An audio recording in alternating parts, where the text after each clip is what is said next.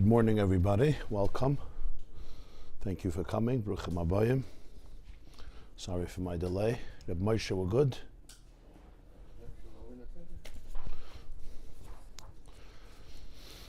Okay, we began a mimer last time. Chanukah Rani V'simchi Torah Or Parshas Miketz. The first Rani V'simchi, there's two of them. And this was page 71. Page 71, on top it says Miketz. In the Hebrew it's Lamed Vav, Daf Lamed Vav, column 2. So on top it says Lamed Vav, column 2, which is Bais. In Torah Or, look at the Torah, every page has 4 columns. So it's called Aleph, Bais, Gimel, Dalet. So Lamed Vav Aleph would be column 1, Lamed Vav Bais would be column 2, Lamed Vav 3 would be column 3, and Lamed Vav Dalet would be column 4. Everyone has 4 columns. Like in Gemara, you have Amud Aleph, Amud Beis, all right? You test Aleph, you test Beis. Here it's 4 columns, so it's Aleph, Beis, Gimel, Dalet.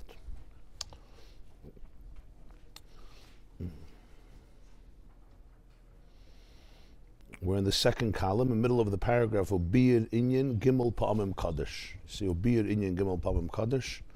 We're in the middle of that paragraph.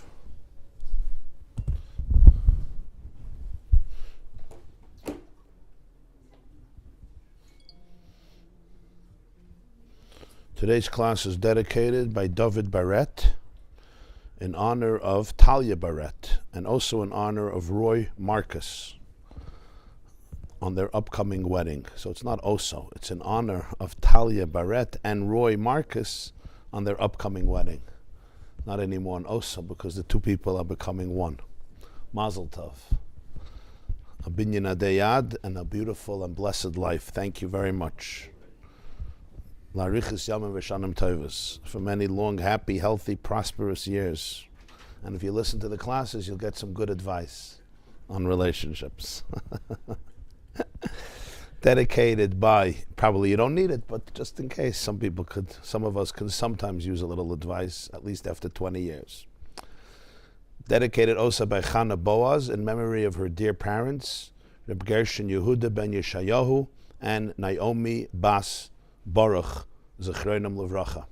Tehei Nishmasam Tzura B'Tzrar HaChaim, and may their souls be an eternal source of light and inspiration and love for all of you, and for the whole family, and for Klal Yisrael. And thank you very, very much. I also want to dedicate the class for Rezel Bas Leah Perel, for a refuah shlema and a refuah kreva, a complete and speedy recovery. Narichis Yamim V'shanim Teves Mitach Simcha and our Chavas Hadas. You'll tell her that we dedicated the class for her, okay?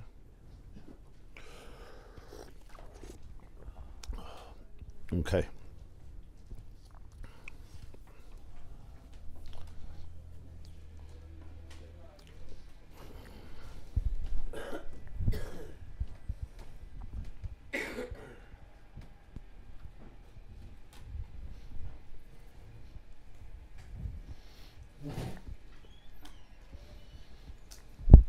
Okay, so let's just remember the build-up and the structure, and then we'll continue.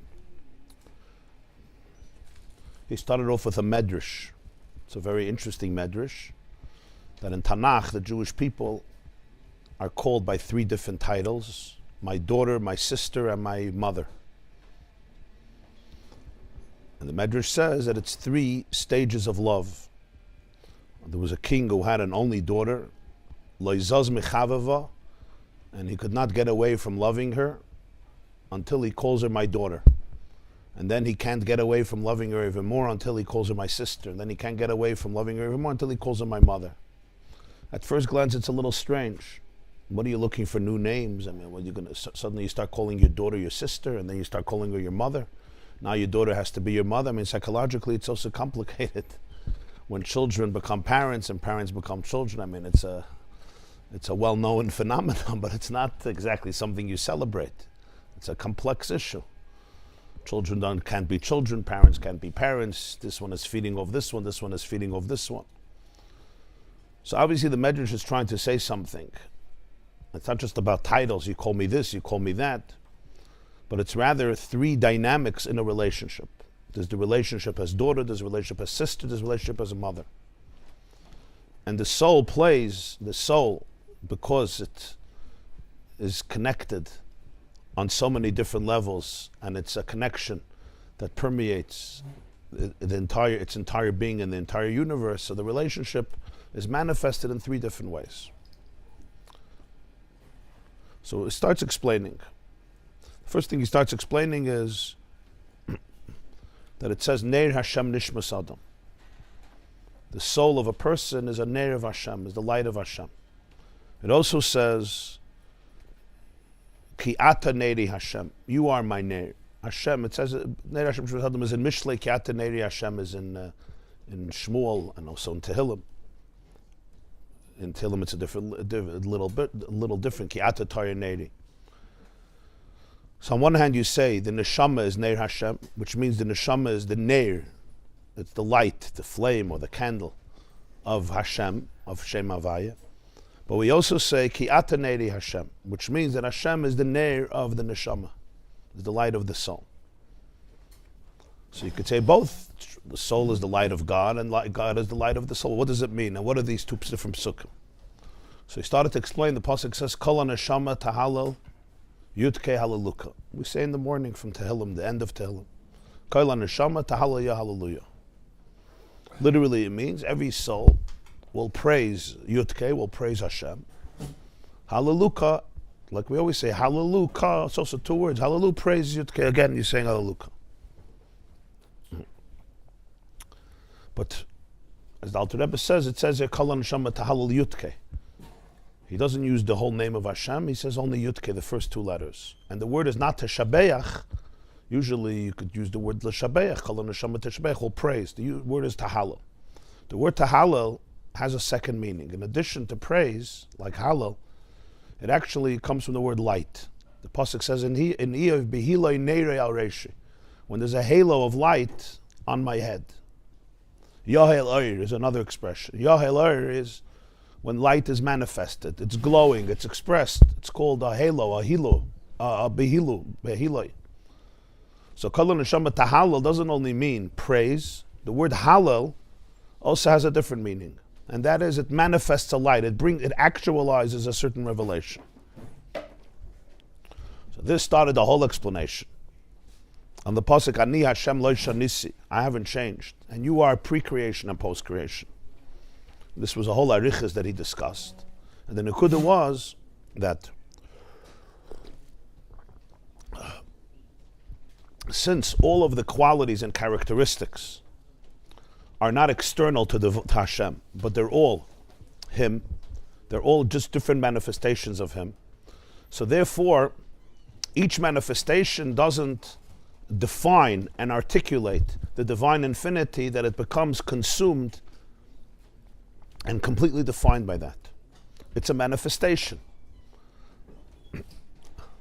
But it's not teifisim, it doesn't define it.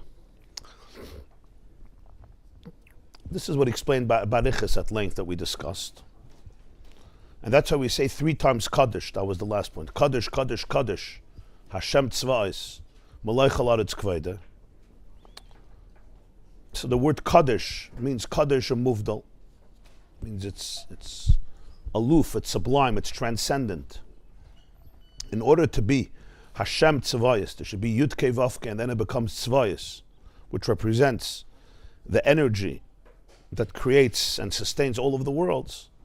So essentially he's Kaddish. So there's one Kaddish, and then there's another Kaddish, and there's another Kaddish, which represents the first 3 letters of Hashem's name, Yud and Hey and Vav, which allows for the last Hey, which is what we call dibur, speech. Or bidvar Hashem shemayim nasu, the whole world was created through His words. Bidvar Hashem shemayim nasu, v'ruach piv kol tzva. The first 3 letters, Yud and Hey and Vav. So he says the first Hey is machshava. Hey and the Hey, the 2 Heys of Hashem's name, is thought and speech. The first Hey is machshava, the last Hey is dibur. So there's Yud, and then there's the Hey of thought, and then there's the Vav, and then it comes down to the last Hey, which is represented by words, what we call words, which is actually the energy that is manifested and enclosed and expressed through every single creation. Angels and spiritual creations and physical creations. That's what we say, Vayomer Elokim, that the world was created through words. Basara Mamaris, we say in Pirkei Avos, in chapter 5 of Pirkei Avos, Basara Mamaris Nivra Ha'olam. The world was created through 10 utterances. Like if you look in Bereshis, everything is Vayomer. Vayomer Elokim Yihiyar Vahiyar. He said, let there be light, there was light. Vayomer Elokim Yihirakia, let there be a heaven. Vayomer Elokim Tache Aretz Desha, let the earth create vegetation and produce, and so forth, so on and so forth. On Wednesdays, Vayomer Elokim Yihima Iris, let there be luminaries, the planets and the stars, the sun, the moon. And then on Thursday, Friday, you have the animals, you have the fish, and then ultimately, Vayomer Elokim Nasa Adam. Vayomer Elokim, and Hashem said, Nasa Adam, let us make Adam, B'tzalmenu Kidmasenu, in our image. In Hashem's name, that's represented by the last Hey, the final Hey. But to get to the final Hey, you go through Yud, and you go through Hey, and you go through Vav, and then you get to the final Hey. And that's the 3 levels of Kaddish. Because since the Ein Sof is completely Ein Sof, so in order to be manifested in a way that it comes out as words, it goes through many, many contractions and restrictions and filters that condense and limit and curtail and conceal the infinity of the Ein Sof, of the light Ein Sof, until it could become actually concretized as a word. When you say the word word, like I explained in last class at length, I'm not going to go through all the pratim, you could listen to it again, but it's a very fundamental idea that in Hebrew the word for thing and the word for word is the same word, davar. Davar is dibur. Davar, dibur, it's the same word. And it's interesting, because words and things are not the same things. But in Lashon HaKodesh, every word is manifested in a thing, and everything is really just a word. It's words, it's energies. And words have in it very many components. One of the aspects of words is that everything is defined. Everything has a letter and a definition. That's the power of words. They define things, they articulate things. That's what letters do, and then words, and then sentences, and paragraphs, and chapters, and books. That's what the power of words are. They concretize it. They create a concrete presentation of an internal idea or an internal feeling. So it represents structure. Words are structures. In the language of Chassidus, it's called kelim, containers. And each word has its own container, what it represents. That's why every word has a different shape. Aleph has a shape, Beis has a shape. Every word has a different meaning. The word Aleph means something, Beis means something, Gimel means something. It also has a different number. Every aspect of the letter is consistent with the energy that it channels.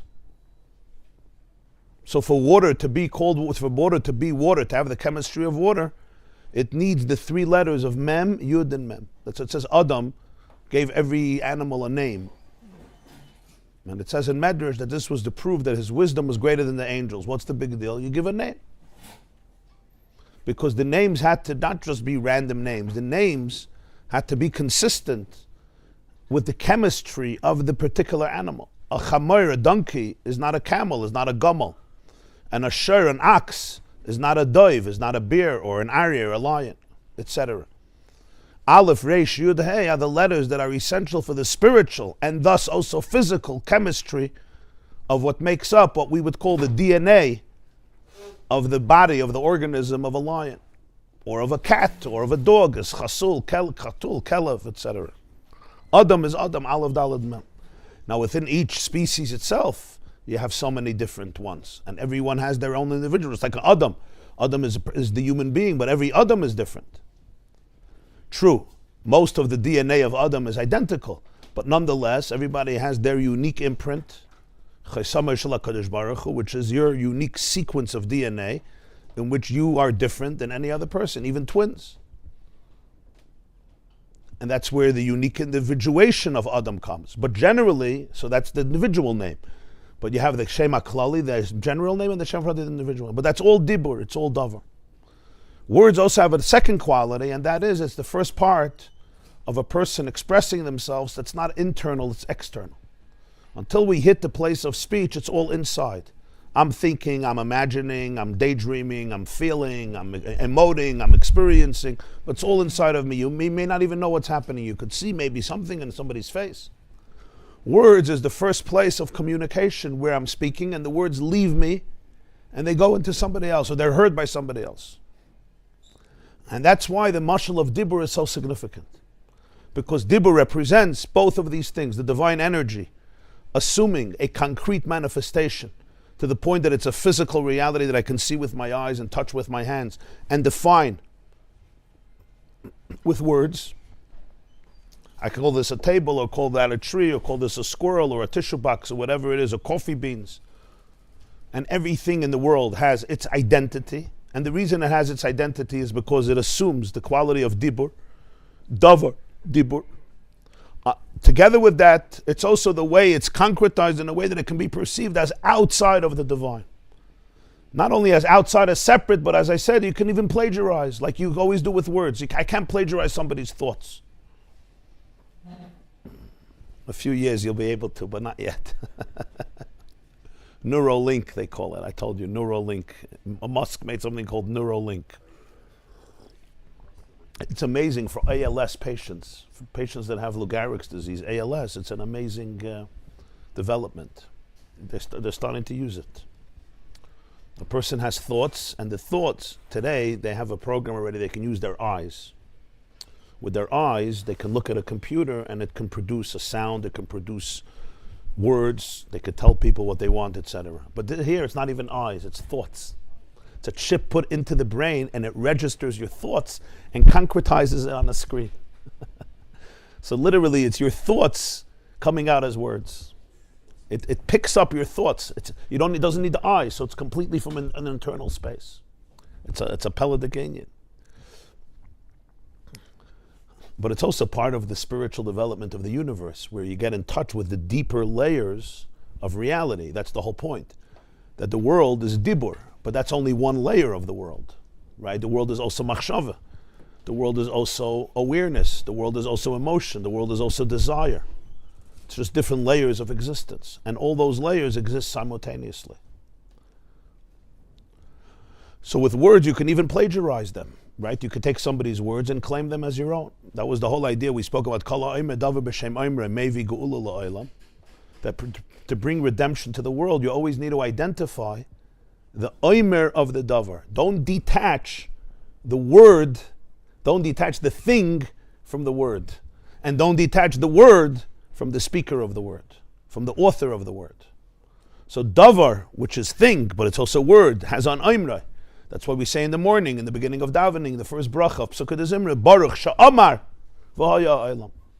Sha'amar is Imroi, that's the one who says it, and that's Geula la'olam, that's how you redeem the world. You align the nifel with the payel, the kayach ha'payel b'nifel. You align the davar with the dibur, and the dibur with the author of the dibur. It comes from somewhere. That's the truth. That's the truth, yeah. If you say what? If you pretend it's you who said it. Right, yeah, that's what plagiarizing means. I pretend I came up with it, it's my idea, I use it in my book under my name. So what does that mean in a universal context? It means whenever I attribute something to me, I'm stealing it from the source. I'm literally plagiarizing it. And that's really the trap of the ego. The trap of the ego is it's trying to plagiarize all the energy of existence. And it's frustrating because whenever you're plagiarizing, you know that you're an impostor. This is called impostor syndrome. There's something they call today, you know what impostor syndrome is, yeah? Officially was coined in the 1970s. That people who are often talented and successful, deep down they feel like imposters. They're a bunch of ganavim. Like you have this with actors and writers and speakers and athletes and entertainers. People who make it like big celebrities and they're worshipped by I don't know how many people.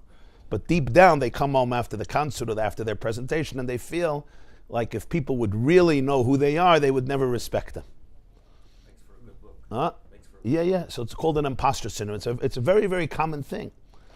And the truth is that it's very, very deep. It's very authentic because essentially, Ha'ish Moshe Anav Ma'od, right? Moshe was the humblest person on earth. He was also the most talented. He was also, the Rambam says he was like the perfection of what a person could be. The Rambam calls him Mivchar Min Ha'enushi. Yeah. The Pasuk says, Lo kam navi ka Moshe. There was never a prophet like Moshe. So how can such a person be so humble? But it's precisely that. He never plagiarized. He was always aligned with the source. Min hamayim mishisiyo, like we say, Moshe remains in water. Alma deskasi, the fish in water.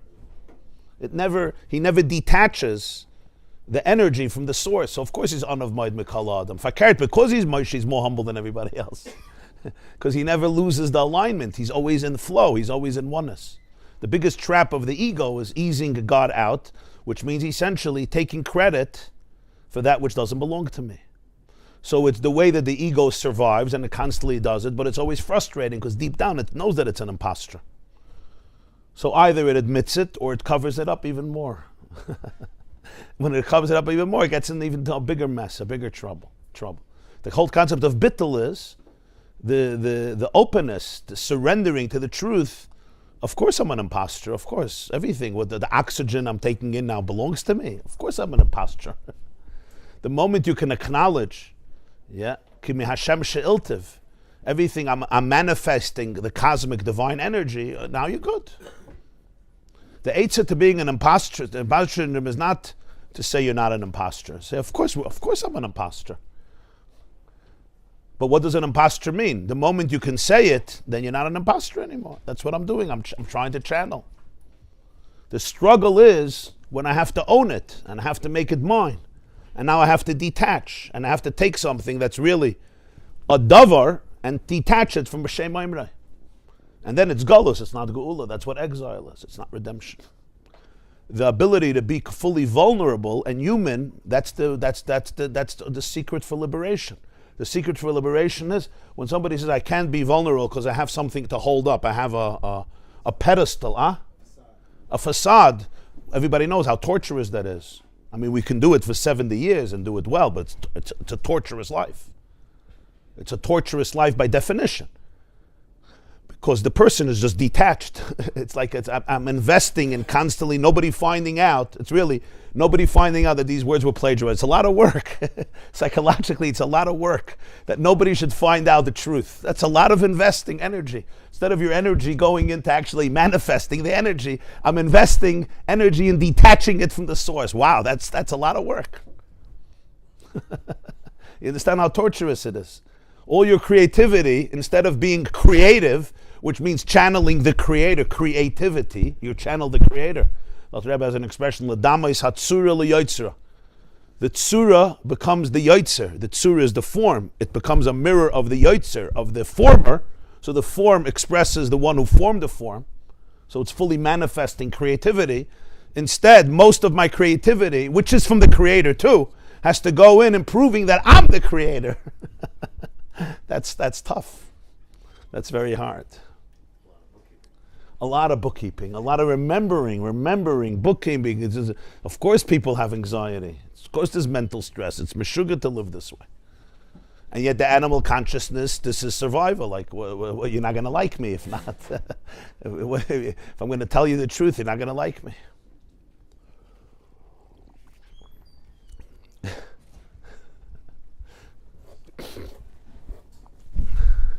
I just I'm cute.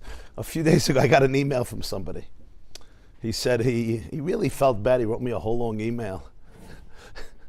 He's a rabbi in a community far away. He's a leader in a community there. And the magazine asked him for a Chanukah article. So I wrote an article many years ago about the dreidel. The dreidel, it's I think based on the Bnei Yissaschar and the Maharal. Nun, Gimel, Hey, Shin. It's an interesting thing with the four sides and the point. So the Bnei Yissaschar has an arichas and he bases it on the Maharal. Maharal is a sefer Ner Mitzvah on Chanukah. So I wrote an article many years about it. So he told me that he saw the article, he liked it. He gave it to AI, artificial intelligence, to redo it. And he published it on his name. He published it on his name. Huh? But the AI completely AI is Asach Besavi, the original. So AI really did a nice job on it, so he could present it, and then so he wrote me a whole email apologizing. So I wrote a machalach as besed.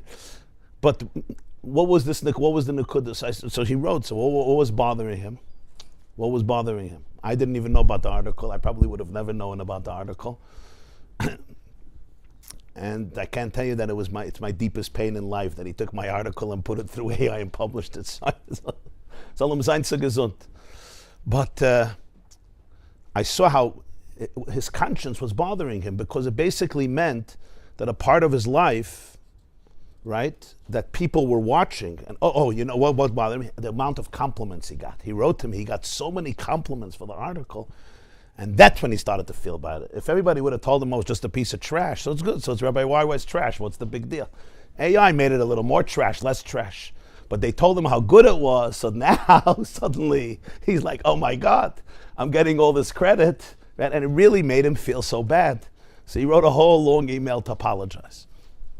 In life, what does that mean in life? In life means whenever I'm taking something and attributing it to me, rather than attributing it to the source, which I am also part of. That's me. That's also me. So ultimately, it could never feel good. There's a dissonance, because the real me knows the truth. The fake me and what everybody else sees doesn't know the truth. It's very, very hard to live that way. It's extremely hard. Contradiction, because you're lying to yourself. You're lying to yourself. You have to lie to yourself because you want to justify it. You want to say you're a good person. And it goes deeper and deeper and deeper. But in any single moment. In any moment. And it's a test, because the animal soul likes it. It likes the 5 minutes of fame, of glory, of honor, you know. It likes it. But deep down, when a person is not living with truth, it's just torturous. You're just cut off from yourself. It's literally, it's like chas v'shalom, you cut the windpipe, you know. you cut off the source of life. Physically, I may be functioning. Right? The Gemara says in Brachas, Rishayim b'chayayim kriyim mesim. A Rosh, even when he's alive, he's called dead. Why? He's not only could be alive and healthy and physically healthy. The answer is he may be physically alive. A machine is also physically functioning. But he's cut off. Whenever you're cut off from your true makar hachayim, from your own life force and energy, it's a form of death. It's a death sentence. And a person needs to choose this day by day.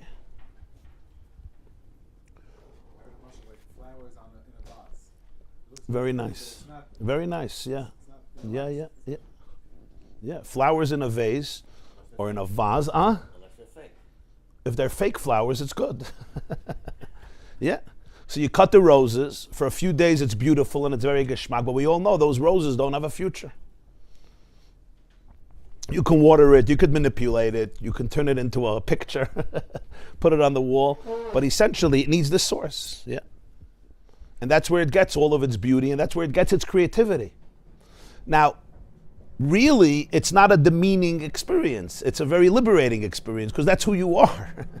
Right? It's only when I think I'm something else that I have to start investing in upkeeping something that doesn't really exist. Because I decided it needs to exist for me to exist. The moment you could surrender that, then you're good. Then there's no other existence. But the animal consciousness is afraid of that, because it invests in ego, because that's its only existence. And that's really the duality of words. So words is the first expression of existence that can be perceived as outside of the source. It's really not outside of the source, because it's not like our words where the words actually leave the person. They go into you, right? You can give them to AI and write an article and write your name. Here, the words still remain inside the author. But the reason we call creation words is because it can be perceived as words that have left the speaker. But the emes is, as I said before, each word is an expression of a thought. There's no words that are not expression of thought, and each thought is an expression of an emotion. And every emotion is an expression of an awareness. In fact, emotions are, like the Alter Rebbe says in my Marim, that emotions is essentially the idea, the way it's embodied in the body. An emotion is a thought. It's not something else. An emotion is an awareness. It's the way the awareness is manifested physically. Every emotion, your heart opens up, your heart it tightens, it's saying something. It's an idea. It's expressed in the body. Midos and moichin are two sides of the same reality. One is embodied in the body. It's an embodiment of an awareness. It's not abstract awareness. Right, Chachma Bina Das could be abstract. Chachma Bina at least can be abstract. Das is already more personal. But Midos is the way it's embodied. So every word has a whole. This is what we call Hishtalshalus. Hishtalshalus means the world is not just the world I see. It's words that came from thoughts that came from emotions, that came from awareness, that comes from desire, that comes from the subconscious. So when you look at the world, which layer are you seeing? Which layer are you seeing? That's what we're supposed to talk about physics and science. That as life progresses, as history progresses, it says in Zohar, you probably know, the Zohar says in Parshas Noach, B'shnas Sheish Meis Shana, it says in Parshas Noach, B'shnas Sheish Meis Shana L'chayin Noach, when Noach was 600 years old, so Niftechu Hashemayim, the heavens were open, Nifku, what's the Lashon? Kol Mayonis Tohem Rabba V'Arubas Hashemayim Niftachu. All the well springs on the bottom burst open, so there was a flood from below, and also the window, Arubais are the windows, the skylights of heaven opened up, and there was a flood. Vahi Amabel al Aretz. So it says in Parshas Zohar, it's a fascinating Zohar, that in the year 5,600, Sheish Meis Shana L'chayin Noach, he says in the sixth millennium, in the year 600, which is Tov Reish, Hey Alafim Tov Reish, there's going to be a psicha, there's going to be an explosion of Mayonis Tahim Rabbah, of all the chachmas below on earth, and also Arubas Hashemayim, the chachma shalamayla, the divine wisdom and the earthly wisdom are going to open up and burst out, and there's going to be an explosion of wisdom from heaven and earth, both types of wisdoms, converging as a preparation for the 7th millennium, which is Elef Hashvi Yom Shekule Shabbos Menucha L'chaya Elamim, L'istakana, for the world to be repaired. In the secular calendar, Tov Reish is the year 1840. Hey Alafim Tov Reish is 5,600, is literally 1840. The big industrial revolution is mamish those years, literally those years, which opened up a whole new world, literally a new world that's unrecognizable. You know, the world that changed from 1840 till now, more changes than in the last 5,000 years before that. Yeah, and the Gili of Pnimiyus HaTorah as well. The Gili of Pnimiyus HaTorah as well.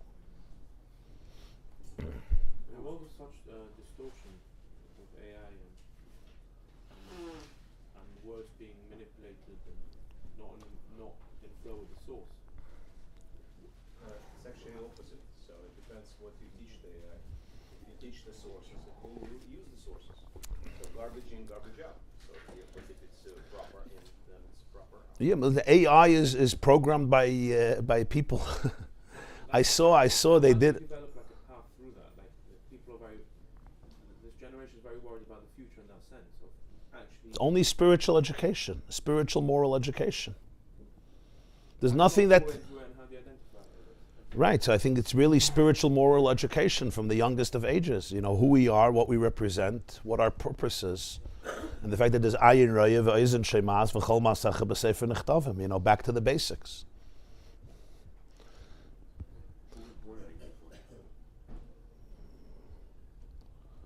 Hey alafim tof kuf is 50,500. So that's literally that century from between 1740 and 1840. The Zohar speaks about that century. Was literally the explosion of Pnimiyus HaTorah. The Baal Shem Tov was born in 1698. In 17, Baal Shem Tov passed away 1760. So if you talk about Tov Kuf, that century from Tov Kuf to Tov Reish, 1740 to 1840, right? The Alter Rebbe himself was born 1745, Tov Kuf Hey. 1740, the Baal Shem Tov was teaching.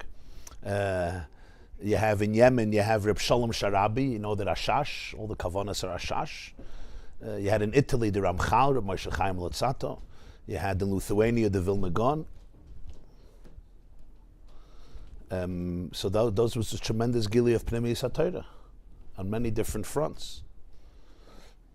And then also the Industrial Revolution, the Scientific Revolution, that century. 1840 it came out, it was culminated. Well, why am I saying this? I forgot. How did we get into this Noach thing? I wanted to bring out something. Preparation for Mashiach. Oh, so as science progresses, people are afraid that it's going to undermine faith. It's exact opposite. Like I said, Dar L'Dar Yishabach Ma'asecha, the Malbim says, Yishabach in each generation What does it mean, Yeshabach Ma'asecha? So literally means every generation, your Maisim are praised. The word Yeshabach in Gemara, Shvach, Uman Koina B'Shvach Klei, means something becomes better. Shvach Pedis becomes better, Shvach Sada, you make it better. So Dur L'Dur Yeshabach Ma'asecha, yeah? In each generation, we see Ma'asecha in a completely new way, in a much more enhanced way than the previous generations. They used to think a cell was pretty simple. And that's why the fact that a cell emerged randomly wasn't so strange. A few pieces together, if you pay, it's like a jigsaw puzzle, you put a few pieces together, okay, randomly there's enough explosions they could come together. Today, to say that a cell was put together randomly, you need a lot of blind faith.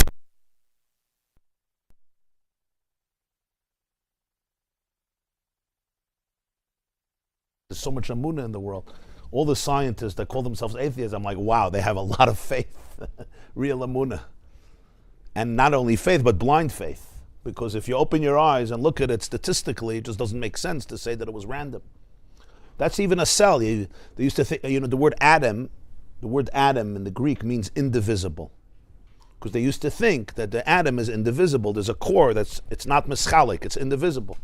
Today we know, touching the atom, you didn't touch the place that's indivisible. Now starts a whole new universe that's extremely divisible. It's so divisible that we still can't figure out what's going on inside the atom. There's subatomic particles and subatomic particles, and then the whole reality changes. So dur l'dur yeshabach masach, in each generation, the ma'asim are a completely different level. It's the same world, but what we perceive of it is completely different because of the lenses that humanity has achieved in later generations, the technology and the lenses and the tools that we have that are unprecedented in previous generations, and the more we progress, the more it will be enhanced, and ultimately what you're going to see is that the Chachma, the Lamaila, Arubas Hashemayim, and Mayanas Teminab, it's really the same thing. It's really a mirror. The science here, the physics here, is just a mirror of Achdus Hashem, of the Chachma of Pnimi Yisatayra. It's the same thing. One mirrors it on a technological or physical earthly level, but it's the same cosmology because it's really the Achdus of the Creator. And it's going to be expressed in everything, in psychology and in biology and in astronomy and cosmology and of course physics. And every nekuda it's going to be expressed in medicine because it's all that wisdom. Kulam b'chachma asisa. The asisa and the chachma is really one. Kulam b'chachma asisa. Food, of course, every nekuda is an expression of the Achdus Hapshuta. And therefore, you don't have to be afraid. On the contrary, the more you see the pnimius of science, the more you see the pnimius of Elikus. And anybody today who's open and honest, and you just even read it just from a curious perspective, you start looking and you see, without Achdus Hashem, everything falls flat. It's like, it's such crazy stuff that they're seeing. If you bring divinity and Ein Sof into the picture, suddenly everything is dancing, it's alive. If not, it's like flat. You have like a bunch of billions of crazy facts, but something is missing. There's no glue. Like it's all so weird. It's just weird. And every day it's more and more weird. The paradoxes, the irrationality of it. The moment you bring in the Ein Sof into it, it's like a dancing symphony. It's like everything is a symphony. The Arizal says, Hariyu Lashem Kol Haaretz is Rosh Teves Halacha. Hishtachavu Lashem Bahadras Kodesh is Rosh Teves Kabbalah. Hishtachavu Lashem Bahadras Kodesh is Kabbalah. Hariyu Lashem Kol Haaretz is Halacha. And the two are connected. The two are the same in the same minyan.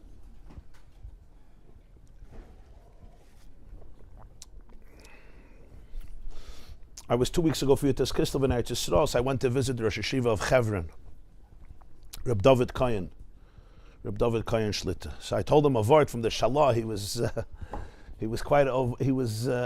was very, I guess he never heard it before. Maybe he heard it, but he forgot it. But he was very taken by the word in the Shalah. The Gemara says in Meseches Brachas, Daf Chav Ches, that they said about Rabbi Yochanan ben Zakkai, Hillel HaZaken had 80 Talmidim. The oldest was Yonasan ben Uziel. The youngest was Rabbi Yochanan ben Zakkai.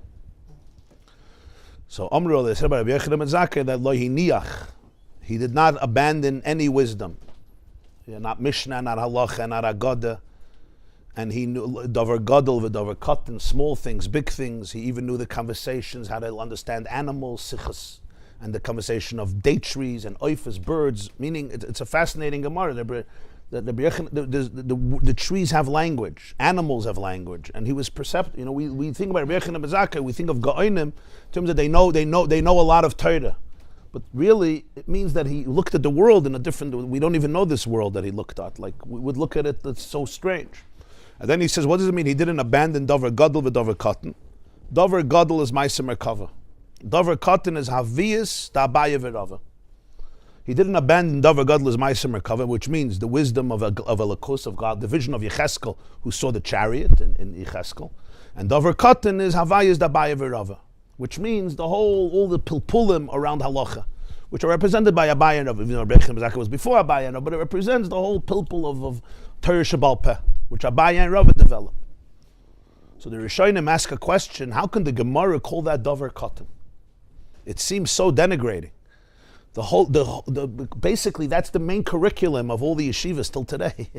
This Dover Cotton, and the Gemara, like in 2 words, looks like sweeps it away. Dover Cotton, small things, and that's what everybody's learning. Right? Very few people come to Ma'aser Merkava. I mean, those who are sitting here have a schus to learn Pnimi Satayra, but unfortunately, still in the Jewish world, it's not so. It didn't completely saturate the yeshiva curriculum. Let's put it that way. And some people have still kivayachal opposed to it. So how does the Gemara say this is Dover Cotton? The Ritva, I think, says this: Kol Beis Yisrael Nishan Alav, and the whole lifestyle of the Jewish people and the limud HaTorah of the Jewish people is Havayas D'Abaya V'Rava. Learning Mishnayos, learning Gemara, learning the Mefarshim on Gemara, learning the Halacha, which is all based on the Gemara. I mean, that's what you learn. That's what most people are learning. If you're sitting and learning, what do you learn? You're learning Mishnayos, you're learning Gemara, you're learning Rashi, you're learning Taisus, you're learning the Rishonim, you're learning the Acharayim, you're learning the Rambam, the Torah, the Beis Yosef, the Mechaber, Shulchan Aruch, the Mefarshim, whatever it is. But everyone in their tchum, but that's what you're learning. The Gemara says it's all Dover Cotton. It's all a small thing. Get the kasha, man. Makes you feel small. Huh? And Ma'aser Merkava makes you feel big? You're not learning enough Ma'aser Merkava. Doesn't make you feel so big. So the Shalah, there's a lot of different explanations. Huh? So the Shalah says a Moira Dika Vart. This is a Vart from Pnimiyus HaTorah. The Shalah saw this. The Shalah says that everyone misunderstands the Gemara. They think it's 2 separate things. Dover Gadol is Ma'aser Merkava. Dover Cotton is Havayas D'Abaya V'Rava. So they're saying, how can this be big and this is what? This is nothing, it's small. He says it's the same thing. Havayas D'Abaya V'Rava is Ma'aser Merkava. It's the way Ma'aser Merkava is manifested in concrete, technical halachas. And he gives an example.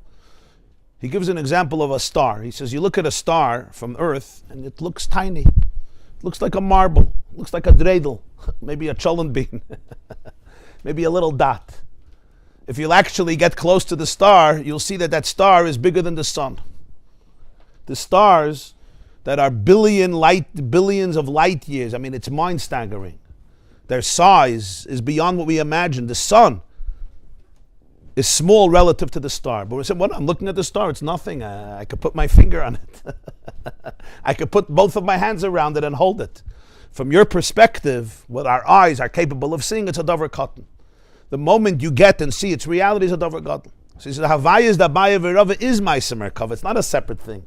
It's the way Ma'aser Merkava is manifested in halachas of muktzah, or halachas of yiyush, or halachas of lechi and kaira, or halachas of karbonas, or halachas of sprinkling blood, or halachas of partners who are fighting over a mechitza or fighting over a calf. So it's a Dover Cotton in the sense that you're looking, it's just a physical, technical halach, and they're arguing about this, they're arguing about this. If you would understand the oimek of the svaras gufa, that is Ma'aser Merkava. Now it's hard, what is it? But when you learn Pnimiyus HaTorah, you understand exactly what it means. Because every svara in Gemara, if you trace it back to its source, it is Ma'aser Merkava. And that's what we're learning. Every dibur comes from a machshava, which comes from a hergish, which comes from an idea, which comes from a desire, which comes from the subconscious. And it's the same reality. It's just manifested until it comes down into a Dover Cotton, so I could look at the star if my eye can't deal with the star as is. I don't know if you know, most of an atom is empty space. So when we look at something, really, 99.9% of the matter of the world is empty space. As a scientist once said, you could take the whole matter of our planet and put it into carry-on suitcase, huh? A tennis ball, okay. I thought a suitcase, a little suitcase. The whole guy, and this is true. It's a scientific word. It's not a religious word. You can take the whole chaimer of the world and it could fit into your carry-on. Literally, that you take onto your plane. And that's the whole chaimer of the planet. You say, well, you're a jokester? No, our eyes can deal with that empty space, so we turn it into concrete salads. And that's the reality, the way we see it. And in halacha, that's the reality. It's not a mistake. God made our eyes to be able to see that. We're not selling, when you're selling a rug, you're not selling 99% empty space. You're selling a kitchen cabinet. If you say 99% of the cabinet, that's actually they would like, if 99% empty space. But if you're selling something 99% empty, don't sell it to me. What are you charging $1,000? Charge a nickel. So mitzad our eyes, as long as we all agree that it looks the same, that's reality. But we have to understand that there's a different layer of reality. So the same is true deeper and deeper. We once learned, I think, from the Maggid, you remember? It says about Shlomo Melech that he said 3,000 mashalim. Vaydaber shloishes alafim mashal. So literally it means that Shlomo Melech had a repertoire of stories and anecdotes. He was a good Maggid. He had for everything a mashal, mit a story, mit a joke. Like 3,000, that's a lot. How many Jewish jokes are there? So I could tell you, there's 200 and they're recycled. 50 about lawyers, 50 about doctors, 50 about rabbis, 50 about your wife, and 100 about your mother-in-law. That's basically all Jewish jokes, and another few about food and death. A lot about food and death, yeah. Okay, maybe 300 Jewish jokes, yeah. So Shlomo HaMelech had 3,000 mashalim, yeah, up his sleeve, and he was a gevaldik. The Alter Rebbe brings in one of the Maimonu from the Maggid, the Moed Dikavart. Shleishes Alaf Mashal means that the Chachma of Shlomo was so deep that for people to understand it, he had to give a mashal, he had to give a metaphor. But even the mashal was deep, so he had to give a metaphor for the metaphor 3,000 times. The third thousand mashal explained to people mashal 2999, which explained to people mashal 2998, which then allowed them to get to mashal number 1, which allowed them to get to the idea. That was the idea. So that's davar gadol and davar katan. That the Havayas da Abaya V'Rava is Ma'aser Merkava. It's the way Ma'aser Merkava is manifested within a physical, concrete halacha. And that's why what you're looking at and you think it's a davar katan, exactly like the star, if you look at it from the perspective of Ma'aser Merkava, in other words, if you see the back end program, if you see what's behind it, if you could see the full picture, you're not going to call it a davar katan, you're going to call it a davar gadol. And that was the uniqueness of the depth, depth perception. If you would have depth perception, and that was the uniqueness of Rabbi Yochanan ben Zakkai, that lo yiniach davar gadol v'davar katan, he mastered the davar gadol and he mastered the davar katan, in both in completion. Because davar katan has its own mechanism too, because it's concrete, it's here in this world. That's why at the end of the day, nigla and pnimius is really one Torah. It's not two Torahs. It's Torah achas. It's like the guf and the neshama. It's not two Torahs. You don't say I have a soul 50% and I have a body. And today I'm going to learn on my body, tomorrow I'm going to live with my soul. A healthy person, everything is one. There's no two separate Torahs, not two separate religions. And that's where Yiddishkeit is going to. People are asking me, why are people so into Chassidus, even Litvische people and modern Orthodox people? I understand Chassidim are supposed to learn Chassidus. Why is everybody looking for Chassidus? The answer is that they're not looking for Chassidus. They're looking for godliness. They're looking for the truth. They're looking for the ultimate Yiddishkeit. They're looking for the Torah Hagula. What is that? It's all one. Davar Gadol and Davar Katan, it's one thing. Just like the Zohar speaks even about secular wisdom and the higher wisdom, that it's going to be one. This is even secular wisdom. The wisdom from the earth. Mathematics and engineering and astronomy and geology, everything, botany, whatever you look at, biology, medicine, psychology. Of course, physics, which is we call Mada. Because if it's real Mada, it's ultimately Yediyas Hashem. Real knowledge is only knowledge of God. There's no other knowledge. That's it. That's the klal. If it's not knowledge of God, it's not knowledge. It could be fake knowledge, it could be fake news, it could be distortion, it could be plagiarism. All Mada is Yediyas Hashem. That's what the Rambam says. The Rambam says that. All knowledge is it's knowing God. Now, not God as some word, some entity, but God, when we say God, we mean Ein Sof, it's knowing reality. What knowledge is knowing reality. What's reality? Put it that way. Put it this way, right? A little clearer. What's knowledge? Knowledge is the knowledge of reality. And what's reality? Whatever reality is, there's one reality. And reality is manifested in endless ways. And that's the idea of Einaid Mulvada. So that's this, it's the search for the oneness. So that's even the secular wisdom is not really separate. You just have to be megalit, and it could become a blockage. It could become, like anything, it could be a klippah. That's why we call it chachmas chitzonius. Why is it called chachmas chitzonius? Yeah. Outer knowledge, outer wisdom, external wisdom. The reason is because it can block the chachma pnimis. You can distort it. You can cut off the dibur from the shem oimrei. It's very easy. You could talk about chemistry. You could talk about DNA. You could talk about cells. You could talk about respiratory system. This Maimon is going to get into soon the respiratory system, how we breathe. Yeah. Anybody who studies what happens when you inhale, it's mind staggering. It's not normal. It's abnormal. One breath, what happens? What happens? What has to happen? How you inhale, what happens to that oxygen that goes in? It has to get from your nose or from your mouth down to the lungs. What do the lungs do with it? The lungs had needed to oxygenate all the blood, because blood without oxygen is going to become contaminated. It's going to kill you. Now the blood has to go to the body and bring that oxygen to every cell from the 70 trillion cells in the body. I mean, people don't know. Do you know that at the end of your lungs you have 300 million ear sacs? What is it called? Evelize. Do we have a doctor in the house? Alveoli. Very good. Thank you. We have like 200 or 300 million of them, right? That the ear can go into, and that's where it can meet the blood and oxygenate the blood, and then it has to take the carbon dioxide, the contaminant, and send it back out with our exhale. And this has happened. Who even knows? Like, this is just one little tiny detail. And if any of this would be interrupted, chas v'shalom, after a few minutes, you could call the Chevra Kaddish. So every nekuda is just, it's another miracle. It's another manifested miracle. Being conscious of it, being aware of it, is the beginning of attunement to reality. So all reality is a form of Yediyas Hashem. That's what it is. Certainly when you're talking about Lahavdil Chachmas HaTorah, which is not Chachmas Chitzonius, that itself is Chachma Pnimis. That itself is the divine wisdom. It's a Chachmas Yitzhak Shel HaKadosh Baruch Hu. It's the divine perspective. He may be talking about a cow. He may be talking about a wall. He may be talking about a Rishus HaYachid or a Carmelis or a tower. He may be talking about the most technical, physical thing, but it's the way the divine wisdom is talking about it. So every svara in Masechtas Ksuvis or Masechtas Vachim or what, Masechtas Sanhedrin, it's all Maisa Merkava. You Teves is the Inyan. It's a reich Inyan, it's rich in Yonim.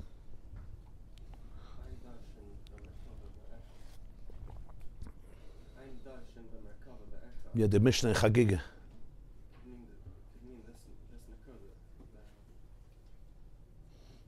If there is any other existence. Very nice. Eigen Avort.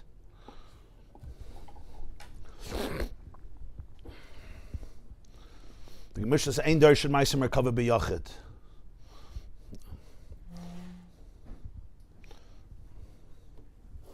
So this is why we say that the world is dibur.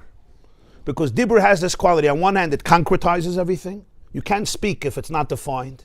Right? People sometimes have thoughts and say, what are you thinking? And they think they can give a speech. They get up and nobody knows what they're talking about. Because words always demand definition. That's why it's hard to write something. You have some ideas. Write it down. When you write it down, you're forced to compress it, to define it, to articulate it.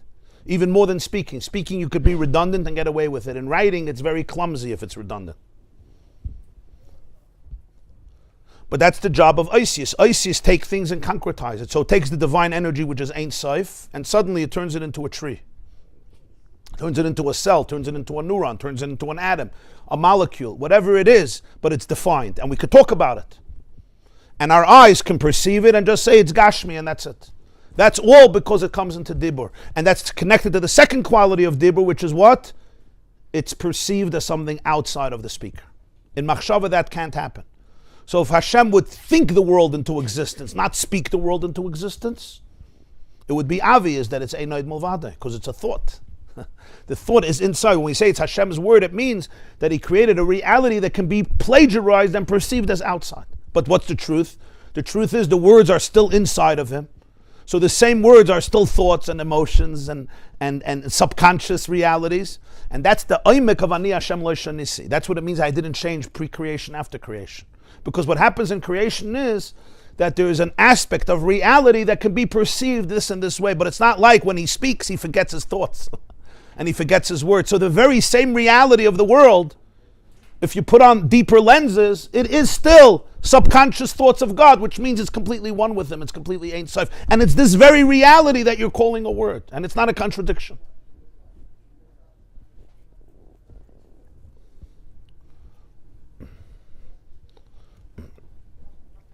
Your Teves Dinyan, this was the main, my summations. I hope not everybody gives summations like this. Okay, but Nish Gefährlich, it explains it a little more.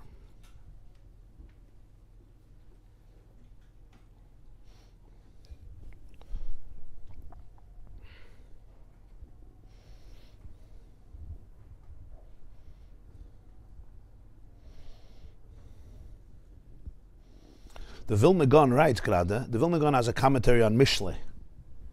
It's a very beautiful commentary. So there's a pasuk in Mishlei that says, I don't remember verbatim, but something of the nature, I think it's chapter 5, Yehi Mekarcha Baruch. Anybody here knows Mishlei? Usmach me'eshes nurecha. You know what? We're speaking about technology, right? What do you think technology was created for?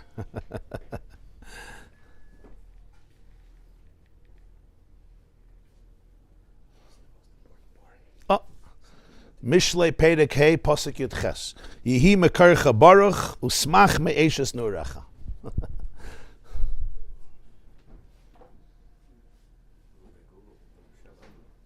B'shem Imre, Google, yeah. I don't want to be a plagiarizer. B'shem Imre. Google stole it from Mishlei, but okay. Hagoynav min I'm a goynav min aganav is Potter. Potter from Kaifel, yeah. Yehi mekarcha baruch usmach me'eshes nurecha. Literally, it's referring to a relationship. Yehi mekarcha, your source should be blessed, which means you should be, your fertility should be blessed. The source that produces children, offspring, the reproductive quality should be blessed. Usmach, and enjoy, Eishes Nurecha, the wife of your youth. Enjoy life together. So the Vilna Gaon says, mekarcha is the source. Mishlei is the whole Mishlei is talking about wisdom, chachma satayra. So it says Yehi mekarcha baruch.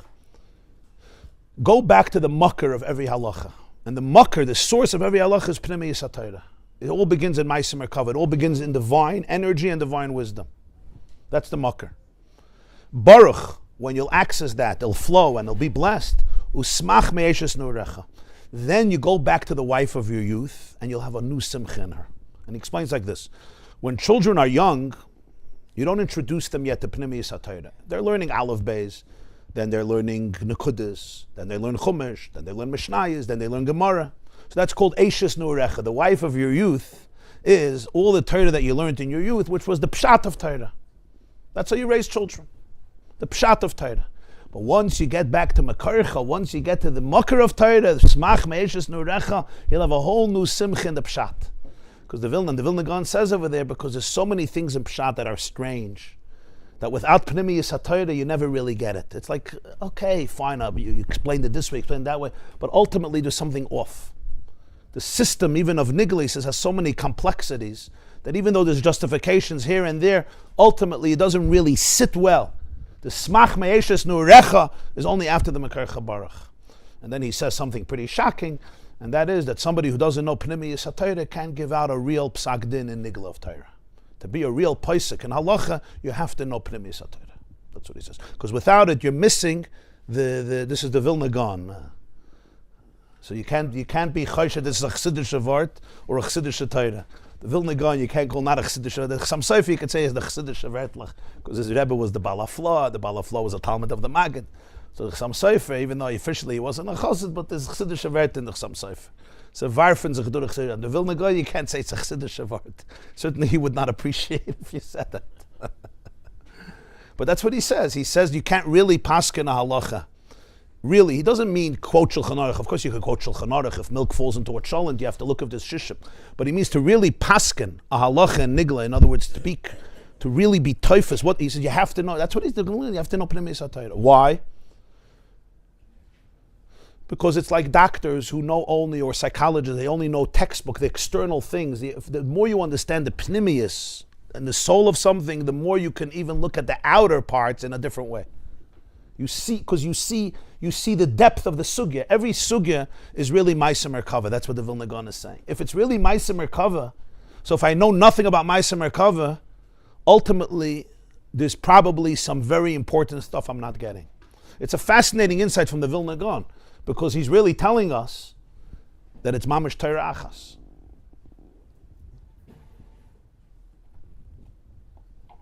Now you could say, okay, but who knows Ma'aseh Merkava? And even if you know Ma'aseh Merkava, there's more and more and more and more and more. But that's always that's true in anything. It's true Torah lo b'shamayim, and we all know we have limited, but that's guf is part of Torah. That God gave the Torah to people according to the tools that they have, and they use the tools that they have. I mean that's true.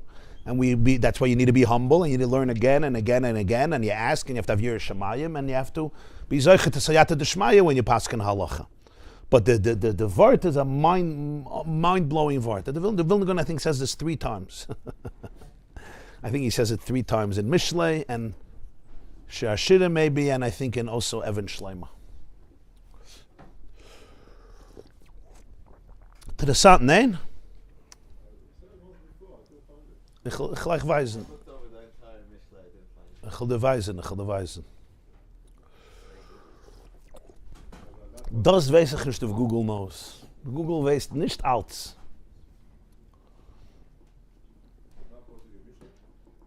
Yehi mekarcha baruch esmach meishes nurach, I think is once. I think it's that, but I think another 2 places. Look, I once looked it up. Google is not a town prophet, it's a waste manager. He knows how to find in the heap a needle. Very good. You're saying when Google walks into the room, you don't have to stand up.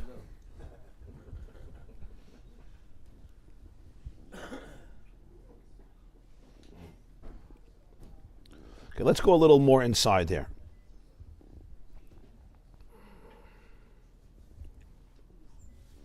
He started to explain here the second paragraph, Lamed Vav, column 2, the 3 times Kaddish. So the 2 Heys is Machshava and Dibur. Hey Rishayna B'chinas Machshava, Hey Ashniya B'chinas Dibur. And Dibur, words, is the source of the creation of all the worlds, all the angels, all the souls. Like it says, B'dvar Hashem Shemayim Nasu. V'gimel Oisis Rishaynis Hem Gimel Pa'amim Kaddish. Shu ishtalshlus me'ila le'ila chuli at she'yeh b'chinas hey achareina b'chinas dibur. The first 3 letters, Yud, Hey, Vav, that's why we say 3 times Kaddish. Kaddish, still Kaddish. Why do you say 3 times? Kaddish is Kaddish. He's holy. I got it. Kaddish doesn't only mean he's holy. What does it mean something is holy? Kaddish means it's completely transcendent. Transcendent means it's not defined by any of these qualities or characteristics that we talk about, including thoughts, including words. It's beyond. Like the ray of the sun, one ray comes from the sun, but you can't capture the essence of the sun, of the solar core, by the ray of the sun. It's a manifestation. It's an important manifestation. We're thankful for the manifestation. It's the source of vitamin D and of heat and of energy and of warmth. And we survive from these rays. If the sun wouldn't emit rays, we would all be French. We would all be whatever. We wouldn't be here. Let's put it that way. But the ray doesn't capture the solar core.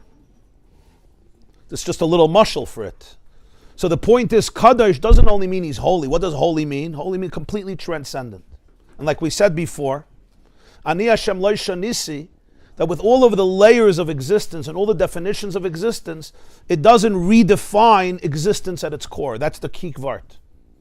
All the layers of existence are layers, and important layers. And they allow the world to become whatever it becomes. But it never completely redefines the essence of reality. That's why we say, Atu kaidim shenivroilam, Atu lacha shenivroilam.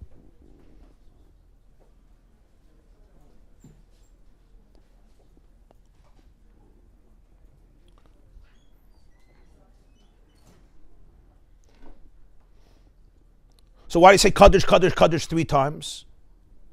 Because the first Kaddish is to get to Yud. You have to understand that when Kaddish is getting to Yud, the Yud doesn't remake the Kaddish that it's not Kaddish anymore. The Yud is a manifestation. It's still Kaddish to get to Hey. There's a whole new tzimtzum, a whole new restriction. And it's still Kaddish in order to get to Vav. So it says, V'gimel oisis rishonis gimel pamim Kaddish, which is the hishtalshalus. It's the evolution. Me'ila le'ila, from one ila to another ila, from one cause to another cause, from one source of energy to another, ad she'iyeh b'chinas Hey achrein b'chinas dibur. Until you have the last Hey, which is dibur. Which is still divine. It's divine word. You have to understand the last Hey just means that it could be manifested as a physical thing, but it's still divine. It's Hey. It's Hashem's name. When we look at it, we often don't even see Hey. Forget about Yud and Hey involved. Because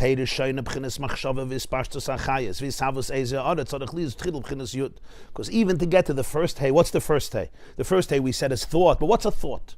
A thought is already it's already the energy expanding. There's already a creation of some light, of some ray. Even thought. A thought is a process. A thought is an identity. You need first Yud, Shehut Tzimtzum. Yud is the seminal point, which represents complete condensing into a tiny point, which is called a Yud, which essentially doesn't have dimensions. Right? You have something that has 2 dimensions. It has length, it has breadth, it has 3 dimensions. When you have a tiny nakuda, right? Basically, it doesn't have dimensions. We make a dot because we want to represent something, because we don't understand the invisible. So a yud represents the ultimate tzimtzum sheme'ein sof baruchu ba'atzmei lehayu ha'olam esyichelim lekabel klal. Because from the ein sof, the infinity itself, the worlds would not be able to receive any ray and remain a world. You could never have a hisavus of yesh, something, may ayin, from nothing, or ayin really means from no thing. From no thing, you can't have thing. From no thing, which means ein sof, infinite, it's not a thing. So how do you have a thing? Yesh is a thing, it's concrete, yesh, it is. Even if we're talking a spiritual thing, but it's a thing. Ela yidei tzimtzum. That's what we say in Shemona Esrei, Ata Gibor Lo'elam Hashem. Mechayim Meisim Ata Rav Leishia. Then you say Mechalkel Chayim B'Chesed. What's Mechalkel Chayim B'Chesed? Literally, Mechal comes the word Kalkala. The economy, in modern Hebrew, economy is called Kalkala. Mechalkel means he feeds life with grace, with kindness. How does it come into the bracha of Ata Gibor, which is connected Gvura and connected Yitzchak? The Gemara in Tainus explains that it's connection to Gvura, Tchias HaMeisim, Kshamim. But here he talks suddenly Mechalkel Chayim B'Chesed. So the Rebbe teaches a word, Pirush Mechalkel Miloshen Keli Toich Keli. Mechalkel is Keli b'Toich Keli. Mechalkel is 2 Kelim. Mechalkel. So Mechalkel has twice the word Koil in it. Mechalkel says it's a Keli b'Toich Keli. We know in the halachas of Tefillin or Mezuzah, sometimes you have to put it in a Keli, in a vessel, but that's not enough, even if you cover it. The Keli itself has to be b'Toich Keli, in another vessel. So it's not covered once. The Keli itself is put into another vessel, so it's covered twice. So he says, Mechalkel Chayim B'Chesed is Pshat. Shaliyah is Chayim, to create life. Chayim, Lahachiyah is Ha'olam is Tzarech Li is Tzimtzum, B'B'chinas Keli Toich Keli. In order to create Chayim, you need Mechalkel. You need that the light should go into a Keli, into a vessel, but that's still not enough. You need Mechalkel, the vessel should also go into a vessel. Ki Hu Yizbarech Chayeh Chayim. Because he is the life of life. Since he's the life of life, which is absolute infinity, so in order to create Chayim the way we know it, which is a ray of energy that is condensed and filtered and diluted and compromised and restricted and concealed and curtailed, level after level after level after level, until it can assume what we call Dibur, the last Hey of Shem Havaya. First you need, even for the first Hey, you need first Yud. To get from the first Yud is getting from Kaddish, that's the first Kaddish, to be able to get to the first Yud, which is complete Tzimtzum, it becomes a Yud. To the point that the Yud relative to beyond the Yud is like almost there's nothing here. But there's not nothing here, the Yud is the source of everything. But it's the source of everything, and yet it's a tiny, tiny little Nakuda which has no dimensions, because that's exactly the idea of Tzimtzum. For the world to be able to perceive reality as is, it needs to go through that Yud, which allows for there to be the whole Metzius of Yesh Me'ayin. V'hinei ksiv ki b'yudka ki b'ka Hashem tzurei lamim. The pasuk says, ki b'ka Hashem, in you Hashem, ki b'yud kei, In the Yud Kei of Hashem Tzurei Lamim, he is the rock of the world. So the Gemara says on this in Maseches Menachos Chavtes, Ki B'ka Hashem Tzurei Lamim, Yud Kei, Yud Nivrei Olam Haba, Behei Nivrei Olam Haza. Our world is the Hey, and the Olam Haba is the Yud. B'Yud Nivrei Olam Haba. Pirush, Olam Haba, Hu Tainug and Neshamas Shenenim Miziv HaShechina. Olam Haba is the bliss of the souls that enjoy and bask in the radiance of the Shechina. The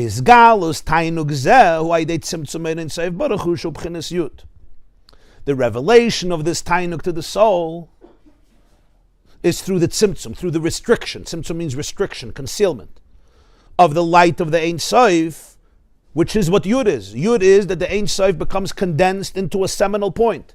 Then there could be the Yud of Olam Haba, the Yud Nivrei Olam Haba. From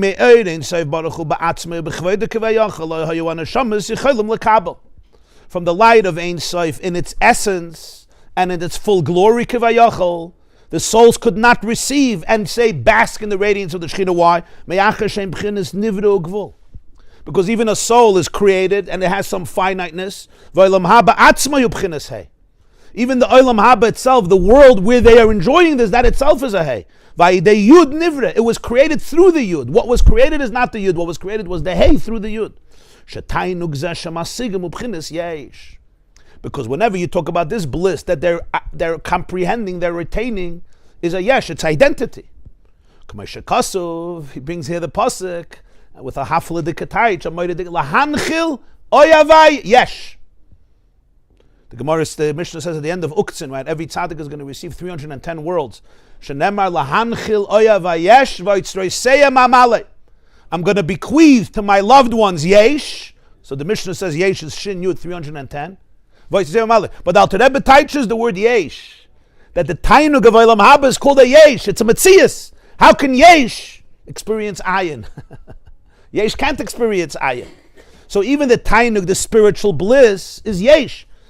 If it's Ein Sof, there can't be yesh. Ein Sof is pure Ein Sof. So for to be able to have the experience of Ein Sof as a yesh, as something that's blissful, it only could happen through Yud. But Yud, even Olam Haba has to go through a Yud. What's Nitzchias? Is that forever? Is that Nitzchias? Nitzchias means eternal.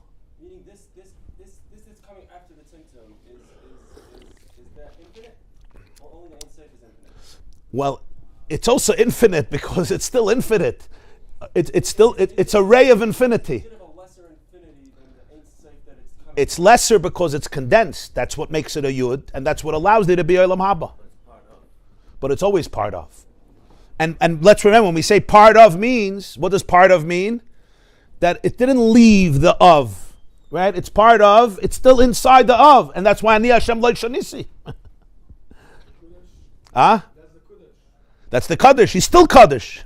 Ata Kaddish, even in Olam Haba, it doesnn't remain Ois Kaddish.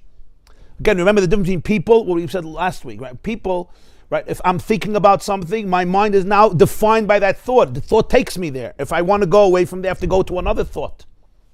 Because it's an external reality. There's external realities that connect to you, and therefore they define you. But here, all of these realities are ultimately not external. Right? They're all from within. So it's a way that it's being manifested, but it doesn't compromise and take away from the essential state. But in order to experience it in the way of Olam Haba, it's yesh lahanchil eva yesh. And that's Shai Olamus. That's why it's called worlds, 310 worlds. And to be able to emerge a yesh from an ayin hamuchel. Ayin hamuchel means an absolute ayin, not a relative ayin. Relative ayin would mean it's intangible relative to my eyesight, right? Again, the space in an atom, 99.9% of an atom is space. It's not called ayin hamuchlet. It's ayin because my eyes call it ayin. What I don't see, I call ayin. There's colors I don't see because the spectrum of light doesn't touch my eye. It's also ayin, but it's not real ayin. It's relative ayin. But to get yesh from ayin hamuchlet means real ayin. Real ayin means there's taka no definition. It's not just I don't know how to chap it. So that's the difference. There's relative ayin and there's real ayin. So to have yesh from ayin hamuchlet, tzarich li is p'chinas tzimtzum.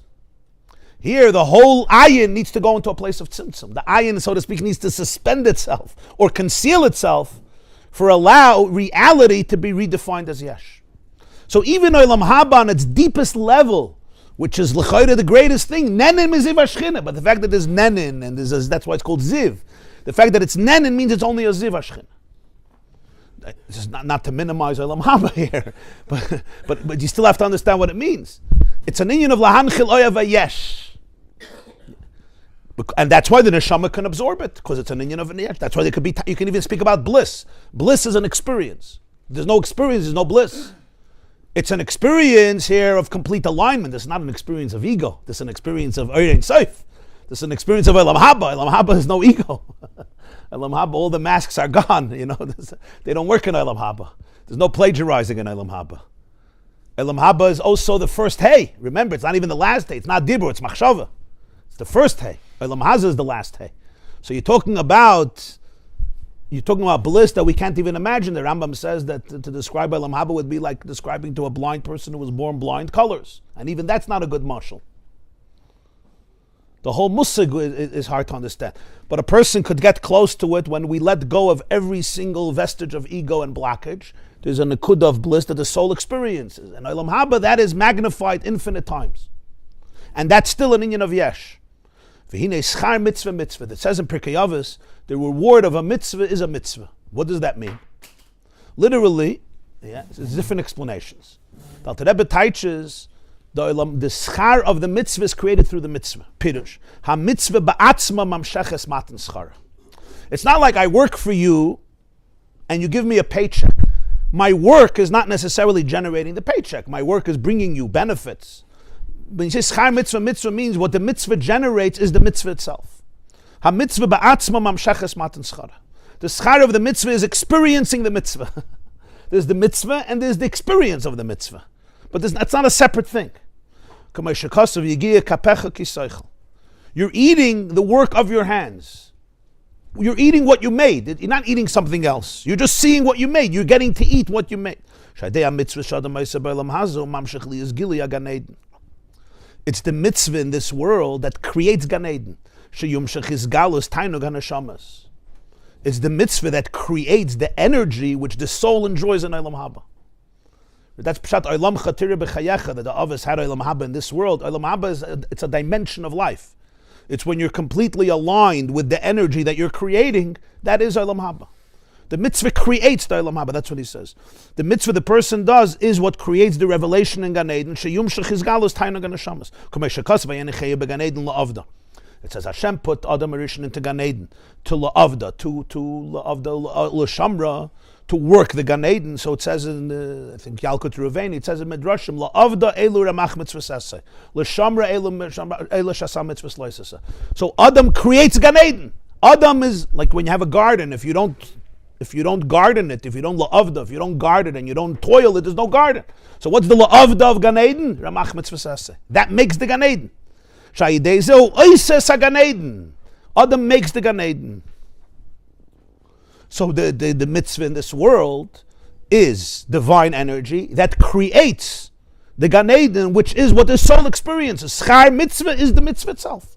It's the revelation of that bliss of the mitzvah. That's what comes on in Gan Eden. That's what the neshama is experiencing. And that's the hay of Olam Haba. We say the Olam Haba is a hay that was created from the Yud. The Yud nivra Olam Haba. Because even Olam Haba is yesh. It's tainug. And for that you need the tzimtzum. And that's the first Kaddish, which allows for the Yud, and the second Kaddish, which allows for the Hey, and then ultimately the third Kaddish, which allows for the Vav, until it gets to the Hey. V'zeu kol haneshama tahalal yutke, and that's the deeper meaning, that every soul doesn't praise, but manifests. It brings the light of Yudke Pirush. Tahalelu toyir ha'araz v'amshachas hayud shebchinas atzimtzum liyaz behei lo bchinas elam haba shebchinas yesh me'ayin la'anchile avayesh. Every soul through its avodah tahala. It's the one that accesses the light of Yud and Hey. Yudke. That's why it says tahalel Yudke. Remember, tahalel means manifesting light. So every neshama through its avodah is the one that tahalel v'toyir, she creates the light, the hamshacha of Yud, because Yud is a chiddush.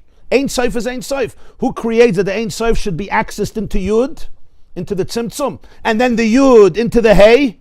The Yud can then manifest into the Hey, which is the expansiveness of the Yud, which is the Yesh of Olam Haba, which is what allows the neshama to experience Elam Haba L'Hanchila Vayesh. That's the neshama itself. Like we said, Vayanicheyu beGan Eden la'avdo l'shamra. The soul creates the Gan Eden, so the soul is tahalal, access is the light of Yud and Hey from the Ein Sof.